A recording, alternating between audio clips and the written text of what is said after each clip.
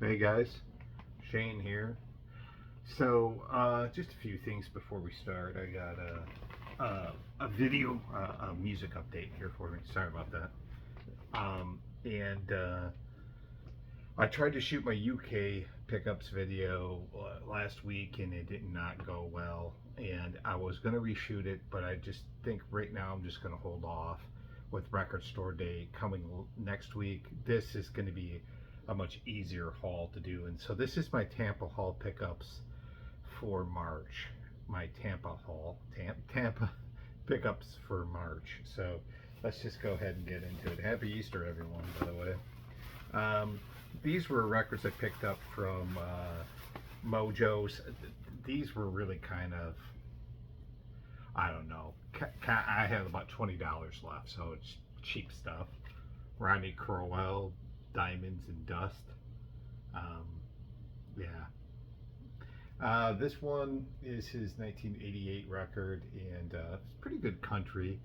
I mean, he's almost in that progressive country vein, but he was really poppy too, I think, in some ways. And he also had like kind of smears of his old-fashioned country thing. Um, so, Rodney Crowell down on Dirt. This one's going to be really interesting. Richard Jobson, the right man, from the punk band The Skids and a Scottish TV personality. This is, I guess, spoken word, sort of avant-garde stuff. Kind of in the, I think that's what this is. I think it's mostly spoken word. I thought it was really interesting.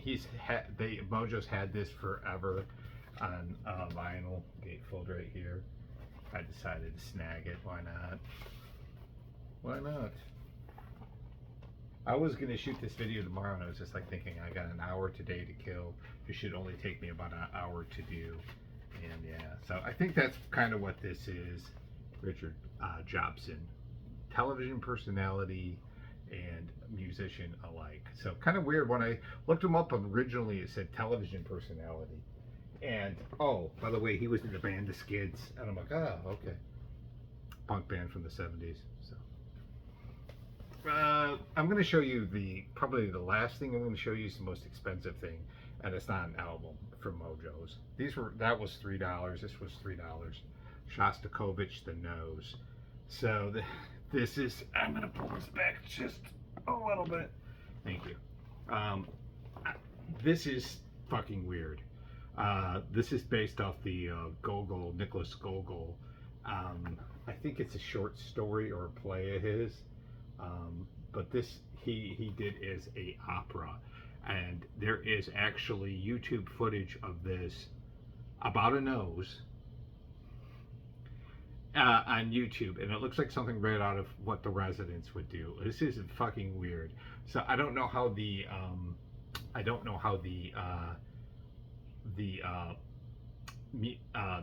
music to this is going to be. I think it's an opera.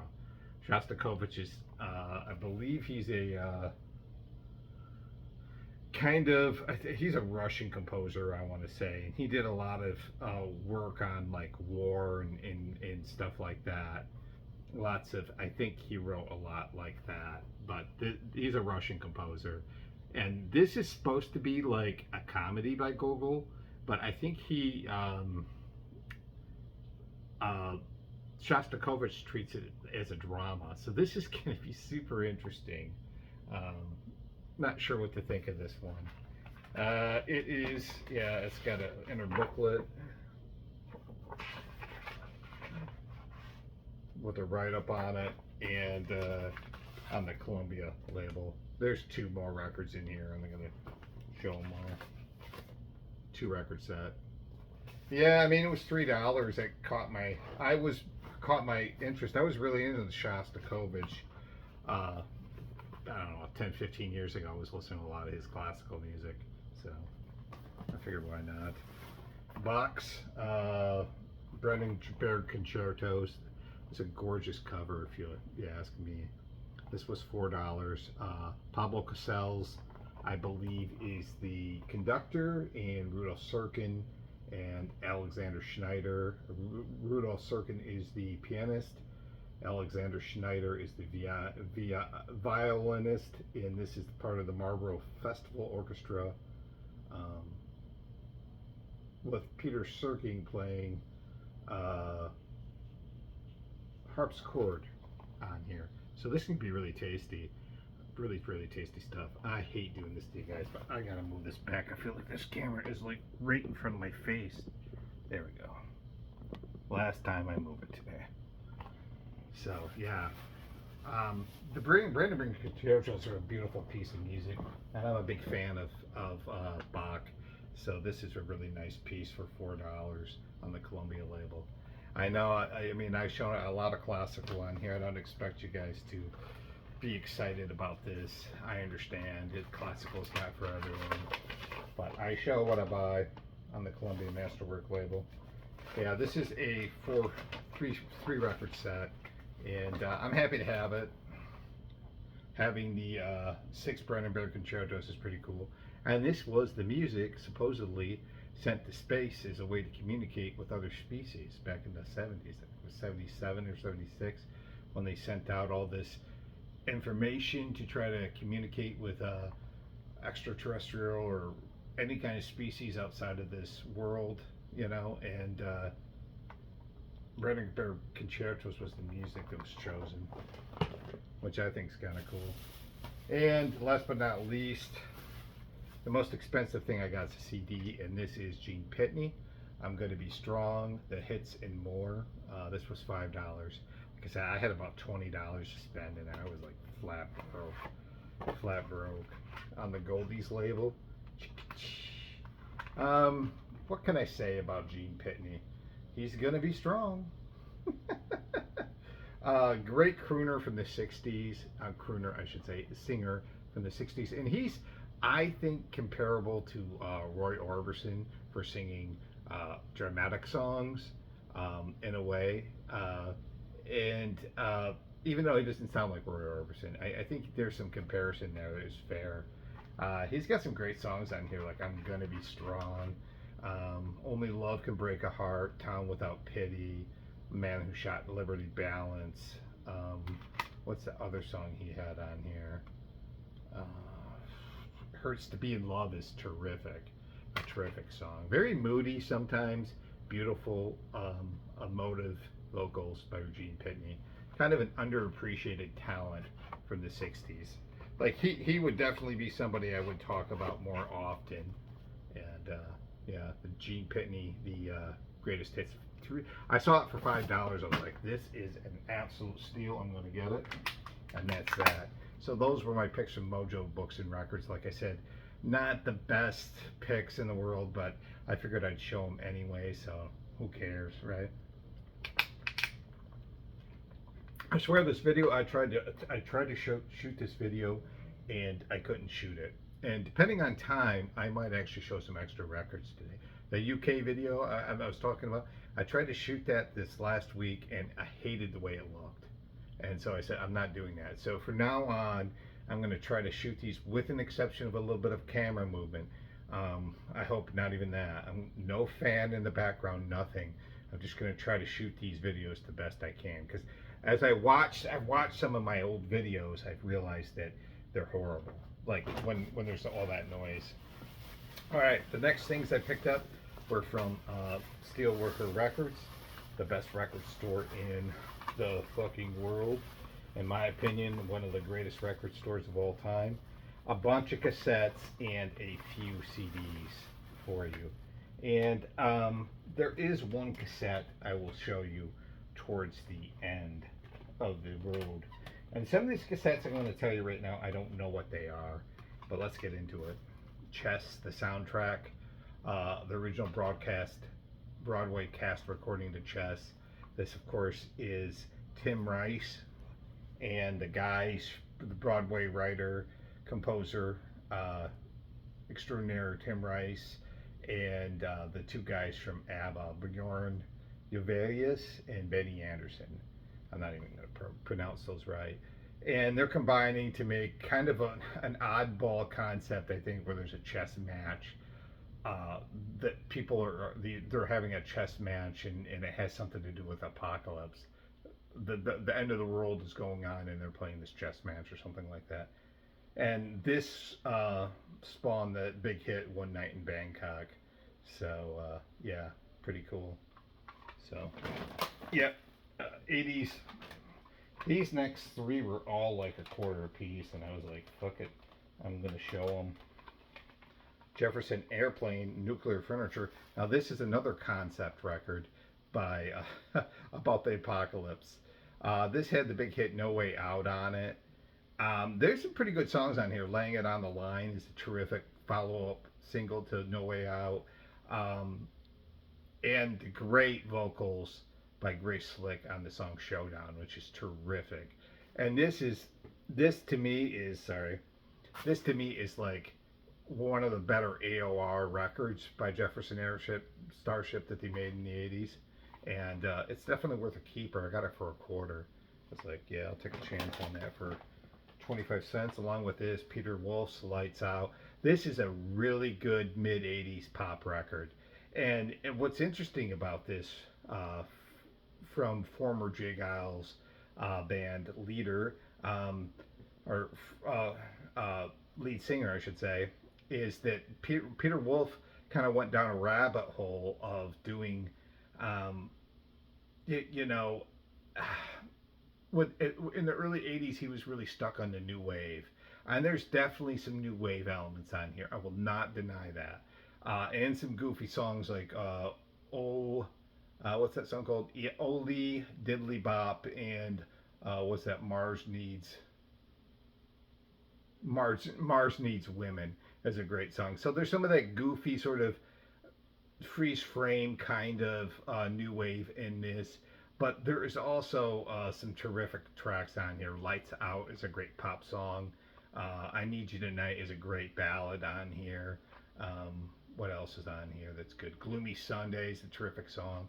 And so what you have on this record is great infectious pop songs, mixed with new wave, mixed with, in some instances, Peter Wolf trying to be a soul singer. And it's a really underrated album from the mid 80s, 84, so early to mid 80s, I guess. Well, no, of course, they're mid 80s, anyways. And right around the time this came out, um, Jay Giles did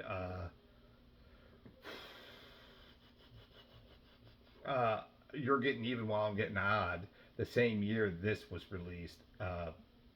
Jay Giles released "You're Getting Even While I'm Getting Odd," which was a flop. This album did fairly well and had some hits, whereas in "You're Getting Even While I'm Getting Odd" had one hit, which was a really ridiculous song about breast called "Concealed Weapons." And the song is ridiculous. And that album really flopped financially. So Peter Wolf at the time got revenge on his former band by being more successful in 1984, anyways. And Peter Wolf's solo career is actually pretty good. Two for the first two Ricky Lee Jones album. Once again, this was a quarter. This is her self-titled album right there, and the follow-up, a nice little album called "Pirates." And "Pirates" was really distinct for being one of the albums that did not have a single released and went into the top 10, which is almost unheard of. Almost unheard of. I think uh, "Dirty Deeds" was another one. There was no singles released from "Dirty Deeds," I don't believe, by AC/DC. There was a few albums that had, you know, had no radio singles released. And in the early 80s, that is very fucking weird. Very, very weird that that would happen. So here is Ricky Lee Jones doing this in 1981. And "Pirates" is a pretty good album. I haven't listened to it in a while. So I like the song "Skeletons" on it. But the debut album's probably the album most people prefer by her. "Easy Money" is on this. Um, "Last Chance," Texaco, and of course the infectious poppy "Chucky's in Love."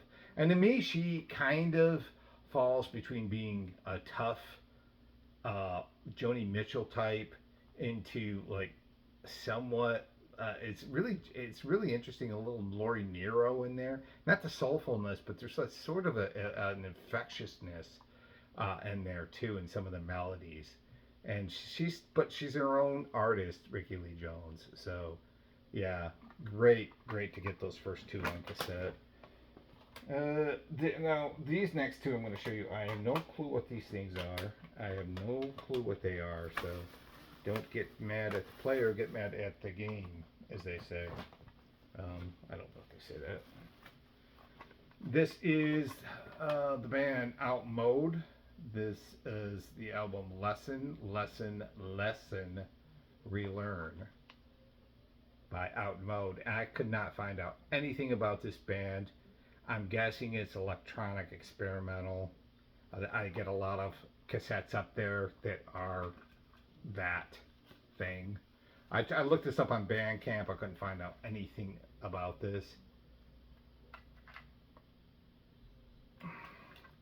Unless one of the albums is called Lesson, Lesson, Lesson, Relearn. Unless that's the name of one of the bands, and the other band is Out Mode. I don't know, but it's off the West Palm Beach record label. So this is local Florida music for 99 cents. I'm going to take a chance on it. So, and another one too is Blank, and the album is Rectangle. The artist is Blank. Blank is William Passionfruit Hicks, and this I think was a Florida release too. I'm going to guess this is electronic music of some sort of caliber. I hate not telling you guys more, but I don't know more. This one was $1. 93 of 100 copies. I got the 93rd. So this could go either way. Noise experimental. I have no clue. Mr. William Hicks, let me know. If you're watching that channel, let me know what kind of music you're doing. Annie Lennox, Medusa. This is on the Arista label, 1995. And it's just the album where she's doing all the hits, all the covers. Yeah, this is a cover album. I was thinking this was Diva. I get these mixed up.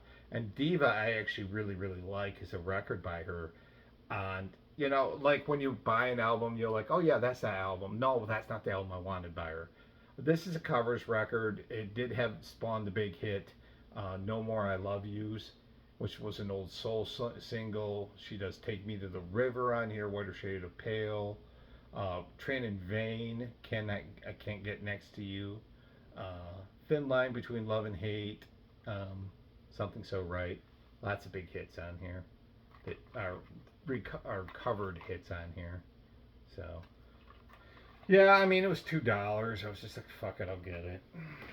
Afterwards, I'm like, I didn't really want it.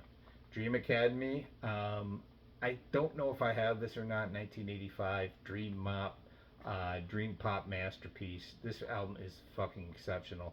The first two albums they had, this and what was the second album? Remembrance Days, I think was that the second album. Really good too.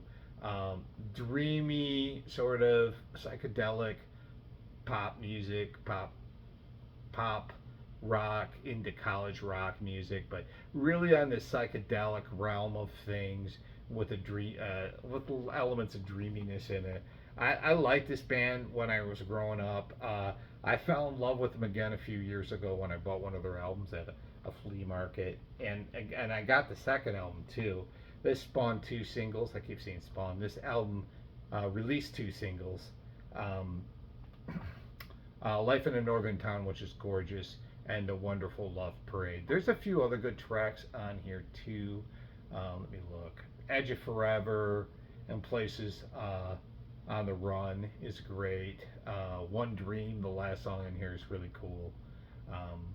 Produced by the lead singer Nick Laird Klaus and David Gilmour. So you know it's got to have some psychedelia in it if David Gilmour did it. This one was $3. I was happy to get it. I love Dream Academy. So no questions asked on that one. This is a black metal band, and I'm not sure where these guys are from. I think I want to say Mexico, but don't quote me. This is Adhedonia. No, I don't think they're Mexico. Never mind on that. But the album's called Navetsgard Gerstirna. Navetsgard Gerstirna. And sludgy black metal, pretty good stuff. And anhedonia, that just means lack of pleasure. That's a clinical psychology term. Just basically means showing no signs of pleasure. Yeah, I think this has got 4 songs on this. Yeah, this is Mexican. This is Mexican. This is a Mexican black metal group. Like noisy, trudgy, kind of sludgy tempos, but not like sludge metal per se.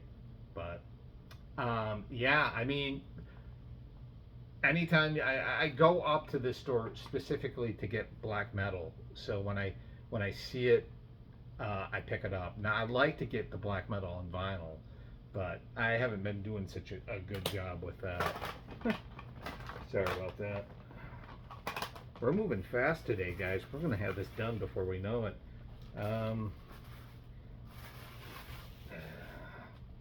This one was $6, and this is part of a series of cassettes that he just releases that is local artist only. And this is Orlando-based Angel Inertia, and the 2 tracks on here are recorded. One is recorded Miami, February of 2019, and the second one is at Pensacola.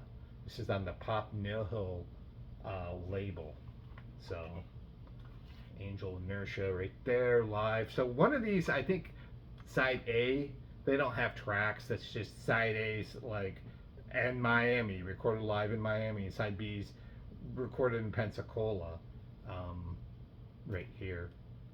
And this is an interesting. I bought it when I saw this. They seem so happy right there, and there's the lead singer of Angel Inertia. I want to say I think this is just straight out noise, but at least one of them sounded more in the like power electronics thing, really distorted noise. And then one of the other tracks on here that I listened to was really kind of almost like no wave from the 70s, minimalist sort of stuff, noise rock kind of stuff. So this band, I think Angel Inertia, is kind of interesting. Yeah, I really would probably buy more by them. Look at that cover, it's fucking great. So noise music. Yeah, so one of them, like that side 2, really has at the Pensacola bookstore, is really cool. And then like I said, side A was at a noise conference, so which I would love to go to. Few other cassettes. I love these packaged cassettes. I don't really know about either of these groups. It's hard to find the research on this, but this is Fields of Passing. This was $4. I just love how that's packaged right there. I want to say I think this is black metal, but don't quote me on it. Once again, I will pick this out real quick because I would like to show it. This is... Yeah, this is like 2-piece band here, and that was in this cassette thing along with the cassette. So I don't know.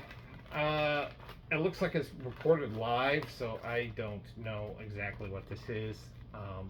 My guess was black metal, but it could just be straight out noise. I don't know.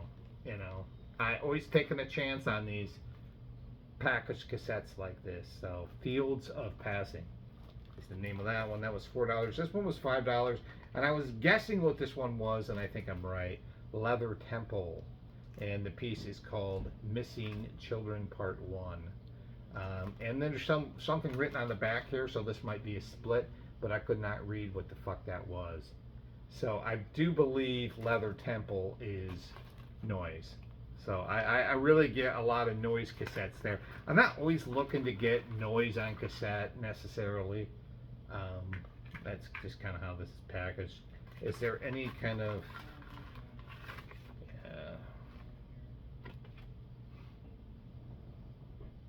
seduction and pose on it? I just love the way these are packaged. I showed somebody at work this like this, and she thought it was fucking cool too. She was like, "Oh, that's really cool." I'm like, "Yep, it certainly is." Now I could show another cassette I got. I think I'm going to show it towards the end of the.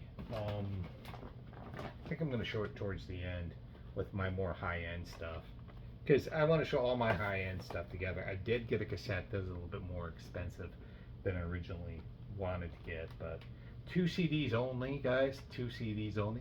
This is Billy Childish's The Kitchen Demos. This was recorded, I think, in the 90s and released in 1996, all on a cassette player. So this is lo-fi as lo-fi gets, and that's a picture of Mr. Childish when he was a kid. I'm excited about this. Billy Childish is one of my fucking heroes. There's nothing that this guy hasn't done that I haven't enjoyed, and I really need to just buy everything I can. Recorded on cassette, 90, 96. Yeah, so this is cool as fuck. So I'm really happy with this one. Yeah, and the Symphony for the Record Industry, I'm just gonna get it. Why not? So there's that. And then there is Hazel Atkins, and this is Chicken Walk, 1996 release, 95 release on the DJ Jamboree label. And this has got 30 songs, so I'm guessing this is a compilation album of Mr. Hazel Atkins, Mr. West Virginia, minimalist, country, folkish, later on, early on, more like rock and roll. But he definitely did have some songs that were kind of country, that had some country boogie to it, too. And this is really, really lo-fi. If you've not listened to, sorry, just trying to get comfortable.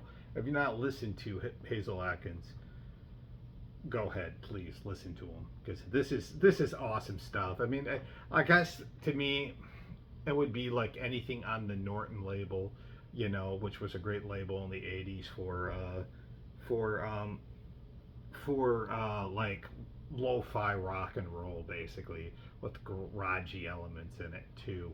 And Hazel Atkins like is very lo-fi and awesome. I mean, he's got such a big cult following, and I've shown at least one other episode where I showed something with Hazel Atkins in it, and so every time I find his shit, I'm gonna buy it. So you might see more Hazel Atkins coming. Coming.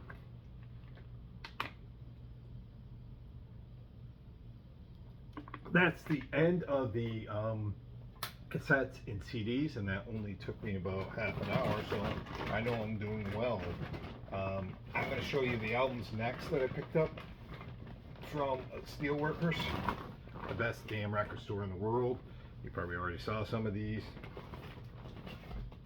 A whole bunch of these here, and you probably saw the cover of that one, which is fine. So, another classical one here. This is Albéniz with the Complete Iberia. Albéniz is, what's his name? Isaac Albéniz, Spanish composer. And Iberia is,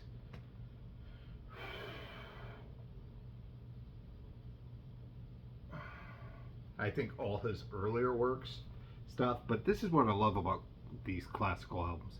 All right, so you see the beach right here, or the sand right there. The sky's doing something, the boats, and the water crashing down, and this being shot probably in the 50s or 60s. This is like a postcard to me, and I love history. So to me, like looking at this, it has meaning just looking at it. Photo art really appeals to me. And so I think that got me right there to get this.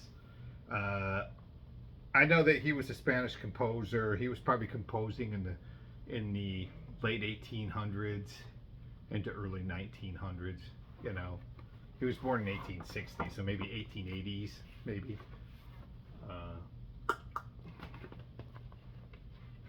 On the Columbia Masterworks label.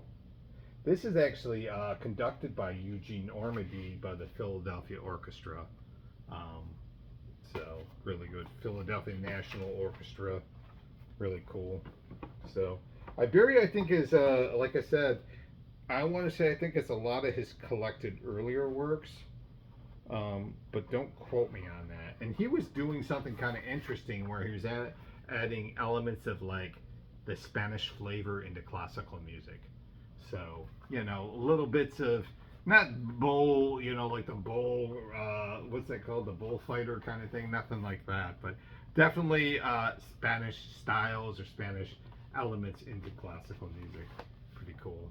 So, his name is Isaac Ibanez, and this is the Complete Iberia.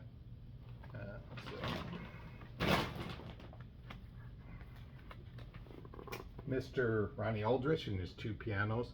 And I'm going to show you a lot of today. I'm going to show you a lot of this kind of music, which I love. So this might not be your thing. I understand. This was $1. The first whole bunch I'm going to show you where it was $1. So if you don't like dollar records, I understand, but that's what I got. So that's what I'm showing.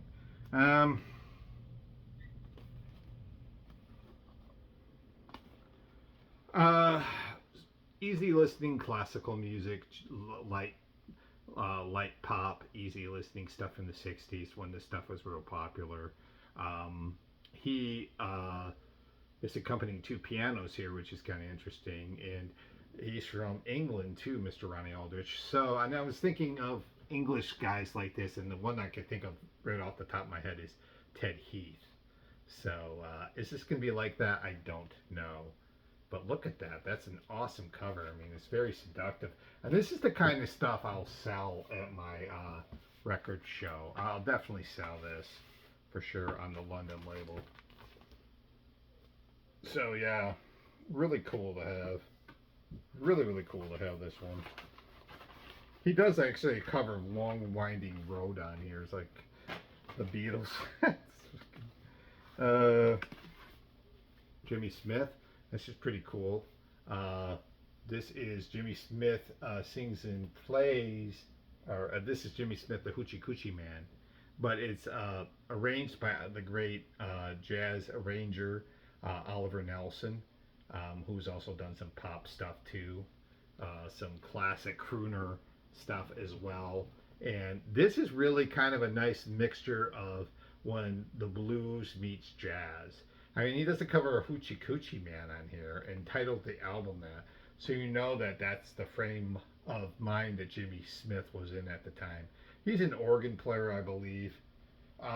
This also's got Boom Boom on it, which is going to be interesting. The old Johnny Lee Hooker song on here. I see a lot of Jimmy Smith out there, and some of it gets expensive, and then some of it's kind of like, decently priced. So I said, screw it, I'm going to get it. This one is awesome. This is Fire Goddess. This is awesome. I love island music, specifically Hawaiian music, especially when it's like native Hawaiian music. This stuff is great. Look at that cover. Don't tell me that cover isn't awesome. Yeah, this is really cool to get. Like I said, ain't no shame in that game. On the Capitol label. This is presented by, I'm not sure like where the music's coming from, but it's presented by Webley Edwards, who was kind of known for being sort of a documentarian or a historian of Hawaiian and other islands, kind of like a historian of that kind of thing. So this will be interesting, and he probably does some spoken word excerpts too. So I can't wait to listen to this. This is going to be so cool, so cool, Brewster. Sorry, guys, I just not get comfortable today. I think I finally found my comfortability though. Here's my albums are falling everywhere. All right, Baby Doll. The soundtrack to this movie is very smutty for a movie that was made in the 50s or 60s. I think it was 60s, and this is the soundtrack for that movie, which I think is kind of swanky, sleazy jazz music, if I'm right. I think it is like Baudry kind of stuff. So another steal. The Fire Goddess was cool, and then this one just kind of topped that on the Columbia label. I should have just called this my all Columbia pickup so far. This is the Cha Cha Cha. Three different artists doing Cha Cha Cha. What is that kind of music? Um, yeah, the Cha Cha Cha. El Castellanos, La Playa Sextet, and Emilio Reyes all doing the style of the Cha Cha Cha. It's fun. I mean, look at that dress. It's pretty cool. And on the back. I want to say this is just it's on the Mardi Gras label, which I'm not familiar with. I mean, for $1, I will take a chance on it. Presperado. There we go. Look at that. And that is some tasty mambo music from bandleader Presperado.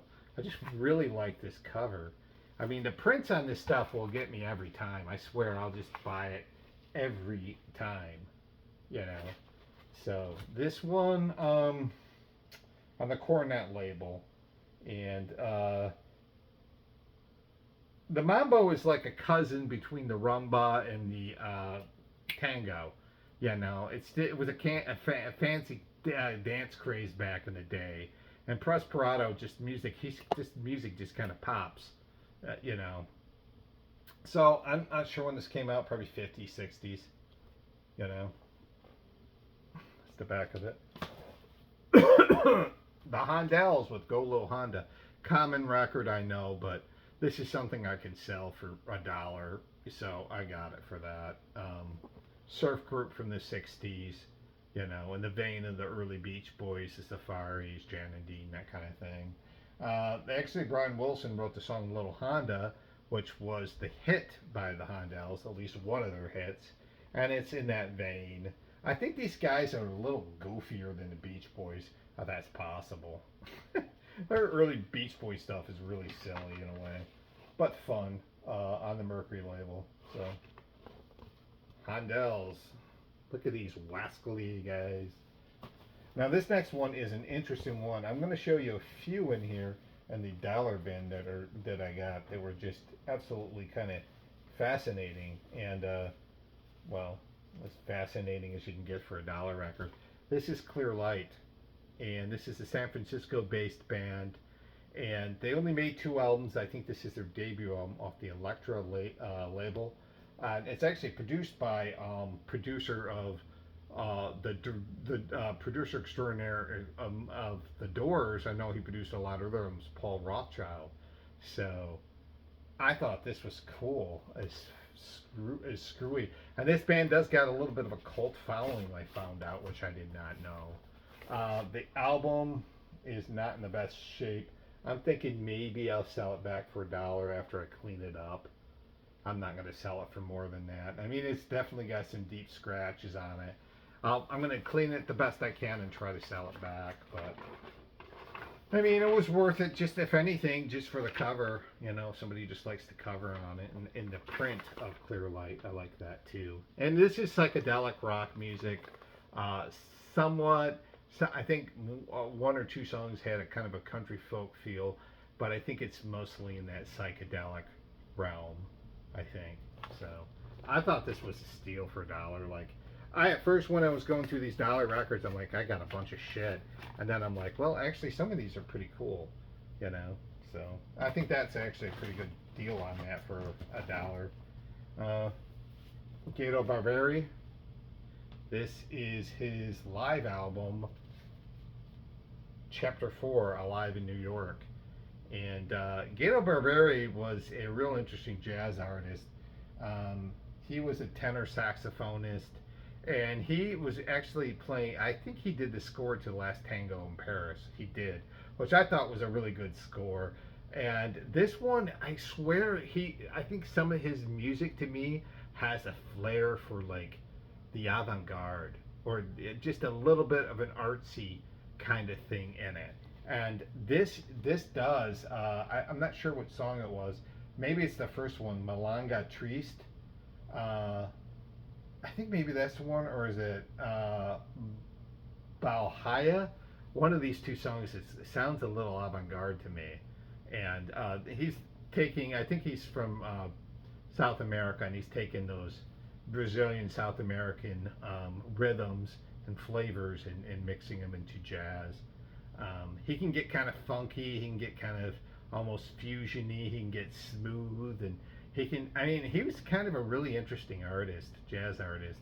Um, Somebody I just when I see his stuff, it's kind of like David Sanborn. I buy David Sanborn stuff is pretty good, I think. Vassar Clements Band, and this is 1977 release. Vassar Clements played fiddle on a hell of a lot of albums. He has. I think he even played on Nashville Skyline, the Bob Dylan album. But this is doing his own sort of, I would say, almost in a way, kind of progressive bluegrass in a way, but also he's also doing standard songs like that old Black Magic and setting it to bluegrass.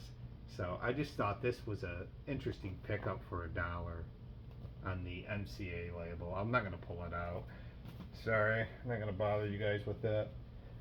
Last album before I show you the singles. I like to show the singles towards the end. This is the Eurogliders with Absolutely, their second album, 1986 album off the CBS record label. This is really interesting. The Eurogliders are an interesting group. Look at these guys. They look a bunch of cheese sticks. I know. Total 80s stuff.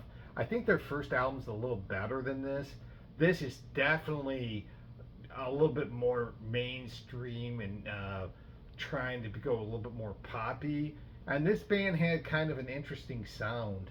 They had a male-female lead vocalist, sometimes sharing vocals, sometimes singing. Grace Knight and Bernie Lynch were the two. But they were kind of interesting group.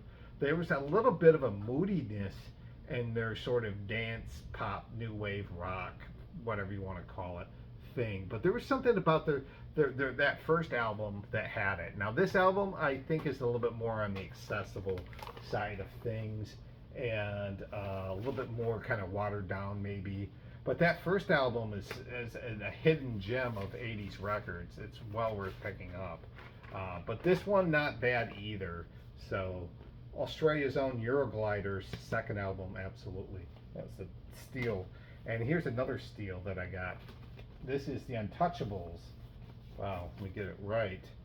The Untouchables with Free Yourself and Lebanon and Stepping Stone. I want to say I think the Untouchables they're a San Francisco based band from the 80s, and I think it had elements of ska and funk and dance elements and stuff like that in it. I don't know if I want to say they're strictly a ska band. I don't know if that's true or not. I think, but I think they are ska funk. You know, this was an absolute steal for $1. I mean, this is a much revered band that came out in the 80s. This one came out in '84 and it's on the Stiff label, so an absolute steal. The Untouchables with Free Yourself, the B-side, Lebanon, and Stepping Stone. This one might be okay. Victor Calderena, and this is what is this called? Beat Me Harder. Okay, I'm not going to say anything about the title. This is on the Empire State label, in that electronic dance music realm. I don't know if this has any trance elements. I know that Victor Calderone worked with a lot of different artists producing or arranging material on their albums, including Madonna, Bette Midler, Gloria Stefan, a lot of different established artists he's worked with. So this might be okay. I mean, I buy these just mainly to sell. My dream is to one day have a huge enough collection so I can actually DJ, but I don't really like house electronic stuff like that. But I mean, I don't hate it either, you know. Indie Darlings, The Grapes of Wrath, and the song is I Am Here, the extended mix, and the B-side is the 7-inch mix of this on the Capitol label. This is produced and remixed by John Leckie, who worked with XTC and Simple Minds and Stone Roses and yada yada yada and the Posies. And here he is mixing this. I want to say I think Grapes of Wrath late 80s, early 90s kind of jangle pop, dream pop, jangle pop in that kind of realm. So I don't think I've seen a Grapes of Wrath. Uh, I don't think I've seen one of their things. I don't think I've seen any of their albums, so it'll be kind of interesting. And last of the 12-inch singles before we get into the vinyl, since my vinyl keeps falling on me.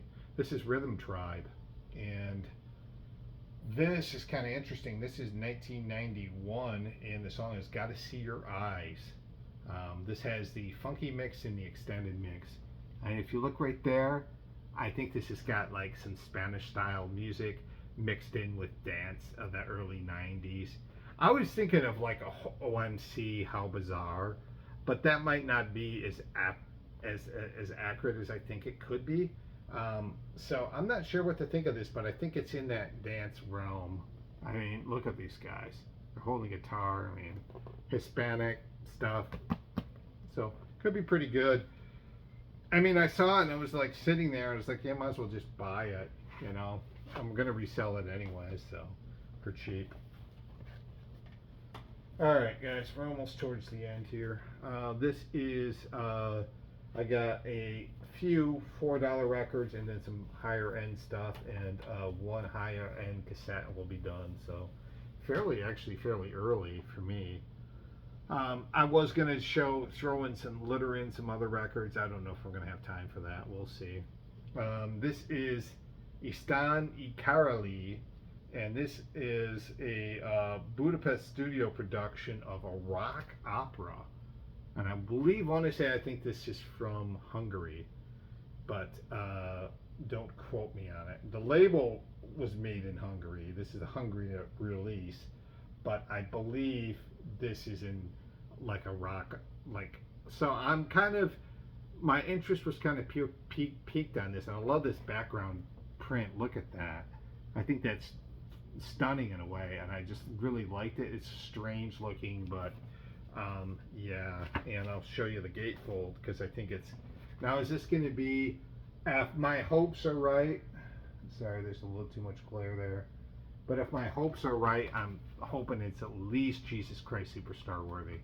I'm hoping it's in that vein, because if it's in that vein, this will be a steal for $4. If it's not, it's going to be like tough sledding trying to sell this. Is this on the Ugatan label? Oh, Hugaratan label. Like I said, this was out in 1983. I'm really taking a chance on this one. I'm really taking a chance. The $4 records I get from Steelworkers, sometimes I strike out, and then sometimes I do real well on them. You know, I mean, you know, it is what it is. You know, but yeah. I didn't have a ton of money for this trip either, so I didn't get a lot of high-end stuff. I just didn't have it. I had to be very kind of cheap, and so some of the Steelworker records as of late has been like on the cheaper end of things. I'm hoping in a few months I can go up there. I know I'm going to go up in July for half off Barnes and Nobles. Then I'm going to go up then, and I'm hoping to get, with a little bit more money, I hope, and I should have more money at that time, I'm hoping I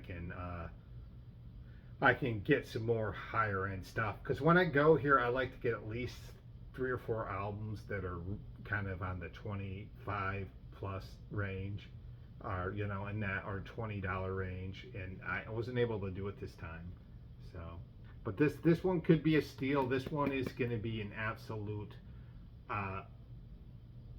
mind scratcher. I haven't heard it yet. It's Istani Karali's rock opera. Istani Karali is the artist there. So we'll see. I believe that's the artist. 2 80s releases, and this first one I saw, and I have not seen this one, or if I have, I haven't seen it in a while. It's the first recording, first EP of Texas's great Jason the Scorchers. I find that in this $4, like, he doesn't got a bin, but he's got a ton of records that are $4. And I find I get some pretty good steals. And this is one of those things where this is an absolute steal. Does he do anything on here? No, all the songs are original recordings. Of course, he did Absolute Sweet Marie, Jason the Scorchers did, and Lost Highway, the old Hank Williams song. Absolute Sweet Marie, the Bob Dylan one. No covers here. Um, Kind of more, I think, on the rawer, sort of punkier edge of this band, who could go, they could kind of go, kind of, they're kind of considered cowpunk, and in that way, it's kind of true. Very noisy, but one of the best live bands from their time. This band is electric live, or they were in the '80s. They were electric.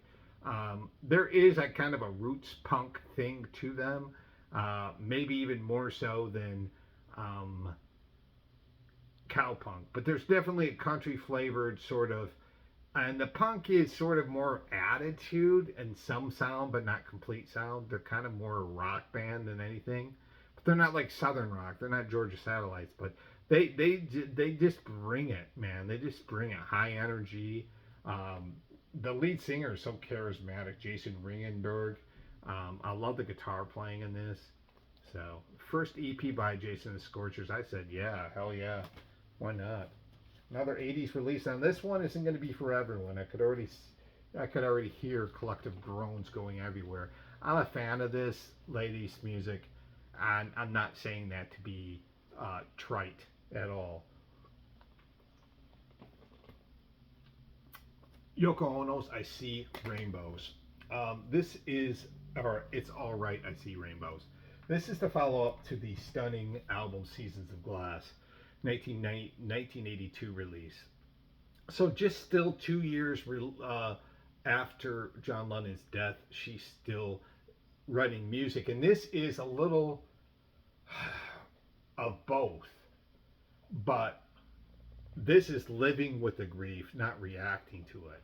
So this is a little bit more of a maturation from the. But I thought the profoundly deeply moving "Seasons of Glass," which I thought was like a grief album, but there's optimism on there too. This album is just sort of living with it. Songs like "Loneliness," um, "Let the Tears Dry," "Wake Up," and "Never Say Goodbye," "Speck of Dust," "Tomorrow May Never Come."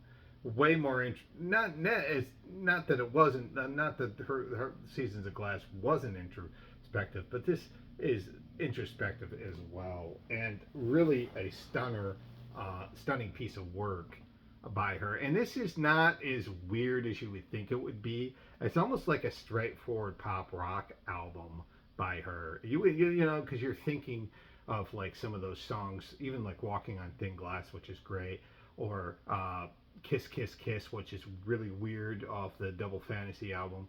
This to me is just kind of more like in that pop rock vein. It's got some artsy pretensions to it, and that's just comes with the territory if you like Yoko Ono. You know, I wasn't a fan of hers at first.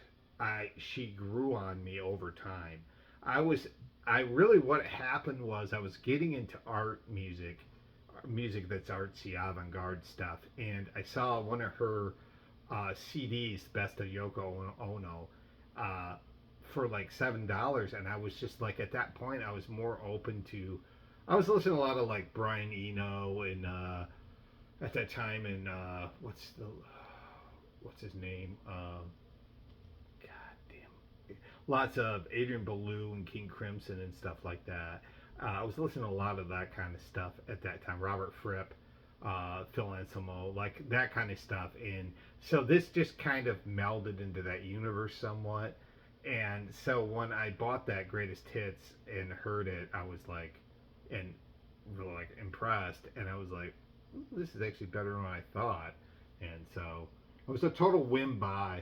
This is off of the um, Polygram label, 1982, and you can see the ghost of John on the back there.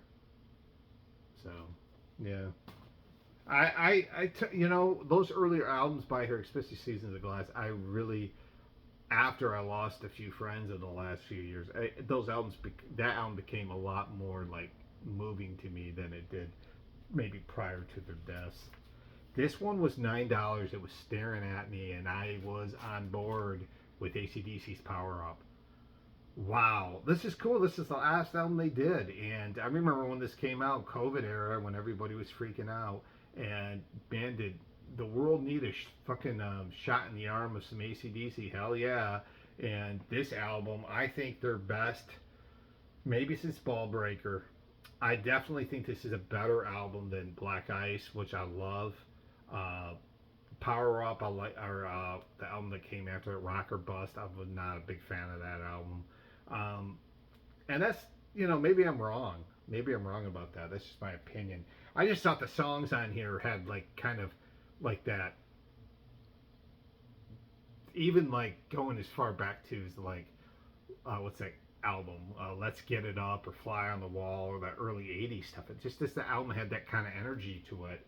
Songs like Shot in the Dark, Through the Mist of Time is great. I love Code Red, the last song, No Man's Land. Witch's Spell is terrific. Just really like a galvanizing force in rock and roll still as AC/DC, and they were up to this point. I just think the songs are sharper. There's a little bit more of that nastiness in it and less bluesy. I mean they're still bluesy, but this is them trying to recoil some of that fire from years past, and it's there still. So this was an absolute no-brainer for $9. I saw it and I'm like, fuck yeah! I have this on CD, but not on vinyl, and now I have it on vinyl, and it's awesome to have on vinyl. Just picture the guys right here. Sometimes, like these old artists who've been around for a long time will surprise you and give you something like you didn't think they'd have. Especially even like the older artists than AC/DC, the Rolling Stones, when they made that last album, Hackney Diamonds, which was great. Sometimes they still have it. They still got the juice. And yeah, this was an absolute steal for $9, and it's in good shape. I thought there's going to be something wrong with it, and I asked him, I go, what's wrong with this record? He goes, nothing. It's like, oh. I'm getting towards the end, guys. I know, I'm getting tired too. Like you're tired. Like I'm wearing you down. Alright. Okay, next thing I'm going to show you, before I go to the 20, I'm going to show you the last, I was going to show you my cassette, but I'll show that next. This is a band from Peru, and if you can marry Slayer, some of those Slayer-esque vocals with some blast beats and death metal-esque sounds, you have the wonderful Anal Vomit. And this is their, I believe, album, Demonic Flagellations. And this just might be, this just might be, for Anal Vomit, this just might be a compilation of their singles. I'm not sure if this was a straight up studio album or not by them. This is awesome. This is exactly what I like in metal. This like sort of blending of death and black metal with dirty sort of speed thrash elements in it. This is my favorite kind of, I guess, newer metal that is coming out. But this is not new at all. I think this came out in the I think 90s, and then was reissued. Oh, I can't not show the back there. It's got a PP on it. I'm not going to do that and get flagged again. Probably get canceled. No, I'm not going to show anymore. Yeah, I think this came out in the 90s original on the just black vinyl. Yeah, this is right up my alley. I love me some of that sort of dark sort of shit by this band, Anal Vomit. So yeah, good stuff. Yeah, I like that sort of noisy, dirgy kind of like, yeah, and there are like Tom Araya-esque vocals, somewhat. South America's vocals are so dirty sounding, So yeah, some tasty stuff here from Peru. This came out 2002, 2003, so I think it's like early demos, early recordings of Anal Vomit. Good stuff here. Let's picture one more time in the back.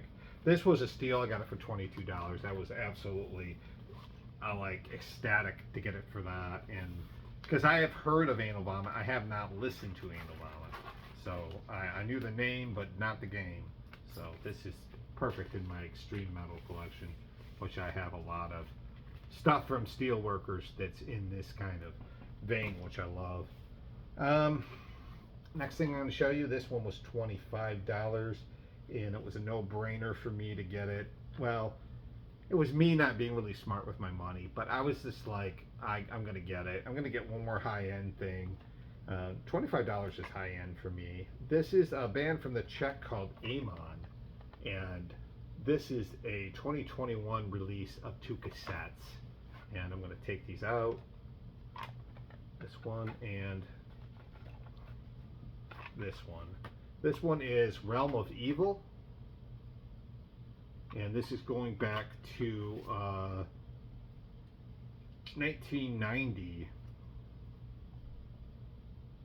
I like that. 8-track of Amon, and let's see. The next one is Kina Smrti. Once again, this is part of that great, back then great 7-song EP made in 91. This is part of that great Czech scene back in the day. And it says black metal, Amon.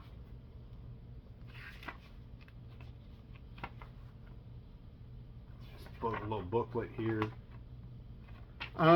Yeah, I thought this was cool to get. I mean, it was a little, it's basically like one cassette I spent, but this is not the first or probably last time I will spend way more money than I should on a cassette that shouldn't, I mean, buying a cassette for like $25 is insane. But basically like one cassette, even though they're on 2 cassettes, they're basically like 15 tracks. But, you know, maybe there's 2 songs on each side, maybe the songs are long, I don't know. But this is Amon is part of the great Czech metal scene back in the 80s and 90s, especially on the like more extreme ends of things. I just love like the sort of lo-fi production of it and how hard-hitting it is too. Really satanic, which I think means more in these countries than it does in America. You can say you're a satanic metal band in America, and it's like, oh, what? Over there, I think it means a little bit more because the temperature over there, the climate over in some of these countries it's more ballsy to be a satanic band over there. And I don't know if these guys are completely satanic or it's pretenses. I'm not sure. But I was thinking of bands like Master's Hammer and Die. Some great Czech stuff from that time period. So this was an absolute steal. So I'm glad I could show you guys that. Last but not least, and then we're going to be done here soon. This one, I wasn't sure what to get for my final album. I wanted to get something kind of like nice, and I almost bought Onslaught's The Force, and I should have, but I will get that next time I go there if it's still sitting in there. I got Manila Road's Metal, the first Manila Road album, or maybe not the first, maybe their second. Earlier Manila Road, anyways. 1982 this came out on the HR label. So pretty vanilla cover, but Manila Road is one of those metal bands that I've really gotten into in the last few years, especially that Crystal Logic album. I've listened to that almost ad nauseum before. They have like fantasy element lyrics. The vocals are real thin, which I love in metal. The singer Mark Shelton has been compared to Geddy Lee for good or worse, depending on which way you want to look at it. Yeah, somewhat. I guess I could see the comparison somewhat. Yeah, this is just Manila Road is just some awesome, tasty, and they're not even really like speed metal. They're kind of like, I would say for the early 80s, they were kind of like a traditional metal. They were lumped in with that new wave of British heavy metal. They're an English band, but I don't know if I'd consider them that. There was something, they just had like, some of their songs were almost like doomy even, just these big epic riffs and stuff like that. And some of the songs were kind of up-tempo and had that new wave of British heavy metal. So they did have that. It wasn't like they walked away from it or anything like that. But yeah, Manila Road, metal on metal. And that's it. An hour and 4 minutes, guys. I think I did pretty good. So, this was all stuff I picked up at Mojo Books and Records, and most of the stuff I had shown you, the cassettes and onward, were from the best record store in the world, Steelworker Records. In my opinion, it's the best record store I've ever been in. And I've been in the big ones in Chicago. I've been into bigger stores, another, but that's the best record store I've been in. And it's just for me, maybe for me, for what he has and the prices and what I can get. It's just awesome shit there. Just to me, it's always special going there. I'm overtly stimulated when I'm there sometimes, which helps. And doesn't help, but then I have to calm my brain down and say, hey, just calm the fuck down, Shane. So next week is Record Store Day. It's in 2 weeks it's Record Store Day, I should say, not next weekend. I was thinking it was next weekend, but it's not. It's in 2 weeks. So I might show my England haul next Monday. I might show that next Monday, and then the following week will be Record Store Day releases. Then after that, that's going to be it for a while. Probably, I mean, I see a Tampa Screams one in May, maybe another update one in May, but they're going to come hard and heavy in the next few weeks. So please, if you get time, just watch some of it or don't watch all of it. I don't care if you just want to join in for a little bit. I appreciate it. Like I said, I'm really feel in some ways really honored to be able to do this, because for years I've been wanting to do a channel. My channel is small, I've said that before, but I didn't have the balls to do it. Now it's just like, I'm happy to do it, and I'm happy to, put my stuff out there to somebody either appreciates it or enjoys it or doesn't like it but likes one thing and doesn't like the most or whatever. The whole point is to connect with people anyways and engage with people anyways, and that's really the beauty of online technology, but it's also some of its downfall.